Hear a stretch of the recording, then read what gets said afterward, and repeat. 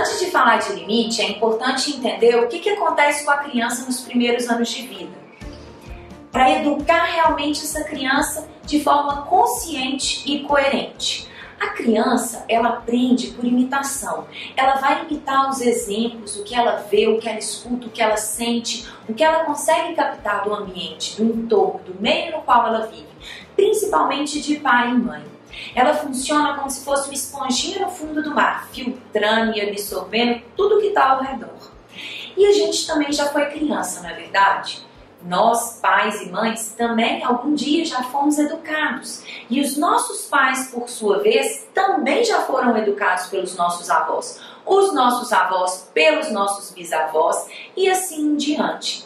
Até o momento que uma pessoa desse ciclo, dessa cadeia, percebe a grande oportunidade que a criança nos entrega.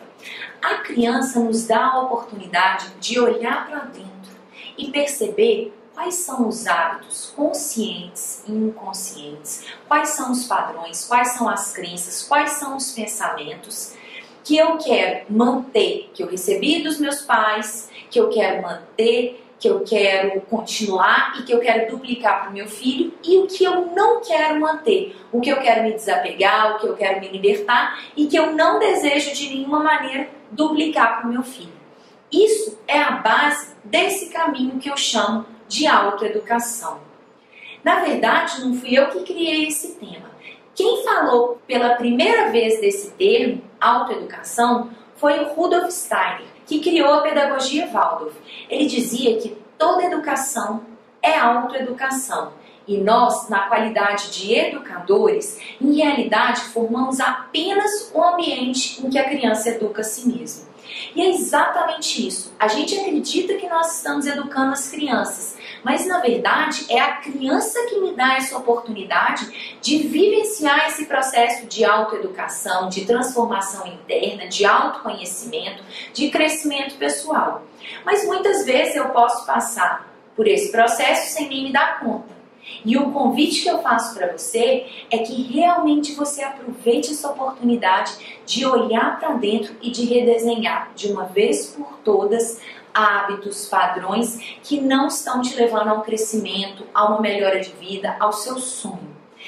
Então, vamos entender de uma maneira bem eficaz e simples 4 passos que fazem parte desse caminho de autoeducação. O primeiro passo que eu vou colocar para vocês é a observação da criança. Já que eu falei que a criança aprende por imitação e que ela vai duplicar, que ela vai fazer tudo que ela está vendo dos pais, do pai, da mãe, dos avós, das pessoas que estão ao redor dela, eu preciso de observar atento essa criança, realmente colocar atenção ao que meu filho está trazendo, ao que ele está trazendo à tona, sem julgar. Eu vou observar de uma maneira bem neutra. Antes de eu julgar, de eu classificar e de eu já querer fazer algum tipo de diagnóstico, eu vou simplesmente observar quais são os comportamentos mais comuns, em que situações que ele traz à tona determinados comportamentos, com quais pessoas, e vou observar principalmente os comportamentos que me incomodam. Vamos supor que a criança é muito agitada. E aquilo está me incomodando, ela está muito agitada, fala demais, é muito ansiosa, não para quieta. Então eu vou observar em quais situações que ela realmente é mais agitada, em que momentos, com quais pessoas, como que ela está na escola, vou conversar com os professores, como que ela é com os avós quando eu não estou por perto ou com outras pessoas. É comigo que esse comportamento prevalece e vou dar uma observada geral antes de fazer qualquer tipo de intervenção. Primeiro passo, então, ficou claro? Vamos observar a criança com atenção e presença. Segundo passo, eu vou fazer um trabalho de autoobservação. Já que a criança aprende comigo, como que eu também sou corresponsável por isso que ela está trazendo à tona? Como que eu inspiro esse comportamento na criança? E eu vou me observar. Eu vou ligar o meu auto-observador, que é aquele que vai estar pendente do que passa na minha mente, vai observar o que eu sinto e a maneira que eu atuo. E vou começar a perceber como que eu também sou agitada no meu dia a dia. e como principalmente na minha relação com a criança. Eu também posso observar isso nas minhas outras relações. Por quê? Porque a criança ela está atenta, ela está me observando. Ela observa como que eu me relaciono com o pai dela, como que eu me relaciono com as pessoas que estão ao meu redor, com os meus funcionários, com as pessoas que trabalham na minha casa, com os meus colegas de trabalho, com os meus pais. Então, a criança ela vai perceber como que eu estou atuando, ela está me observando.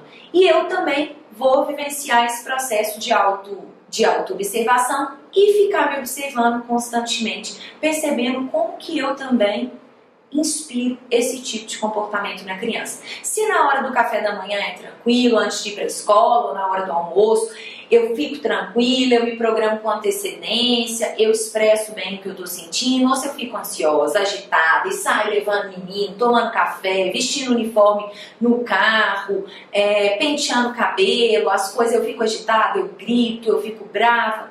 Então eu vou fazer esse processo honesto e que requer muita coragem de autoobservação.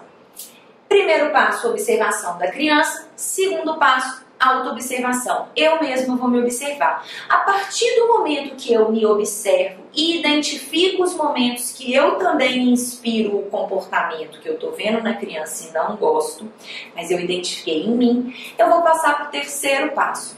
Mudanças de hábito. Redesenho.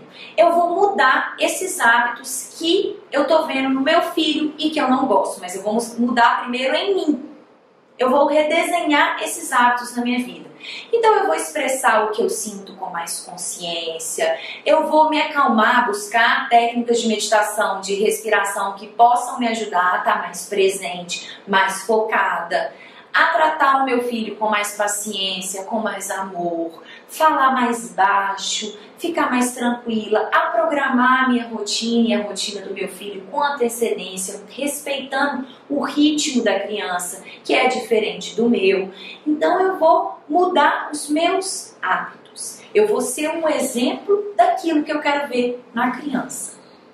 Esse é o terceiro passo, mudando e entrando em ação. Eu vou mudar a cada dia um pouquinho daquilo que eu já identifiquei, que também corresponde, que é da minha responsabilidade, é da minha alçada, que eu estou vendo que o meu filho está trazendo à tona, como um presente para mim, uma oportunidade de mudar. E aí eu vou para o quarto passo. O quarto passo é usar a criatividade para apoiar o meu filho também a mudar isso que ele já aprendeu comigo, isso que ele já aprendeu com o entorno, com o ambiente. Então eu vou falar a mesma linguagem da criança. Eu vou usar dos recursos lúdicos, da brincadeira, histórias, músicas, para apoiar a criança a redesenhar aqueles hábitos, aquele hábito específico que me incomoda, que eu já identifiquei em mim, que eu já comecei a mudar. Eu também vou apoiar a criança a mudar, mas lembrando que eu vou falar a mesma linguagem dela. Então eu vou procurar histórias, vou procurar músicas que vão me apoiar a trabalhar isso com a criança. Uma grande dica é entender que para mudar qualquer hábito, eu preciso de criar um ritual no qual esses 4 passos estão incluídos: a observação, a autoobservação, a mudança de hábito e a criatividade. E isso deve ser repetitivo. Eu preciso de disciplina e de fazer uma, de fazer 2, de fazer 3. Eu preciso de realmente me entregar para aquele hábito realmente mudar. Tanto em mim quanto no meu filho, na pessoa que eu mais amo. Então, esse é o primeiro passo do caminho. Para a gente dar limite, a primeira coisa que eu tenho que fazer é entender que ao educar, eu sou um exemplo para a criança. Que a educação nada mais é do que um processo de autoeducação. Ao invés de querer mudar a criança e dar limite, tentar controlar, eu tenho que ter a consciência de quem que é a primeira pessoa que precisa de mudar sou eu, porque ela simplesmente está imitando os meus exemplos.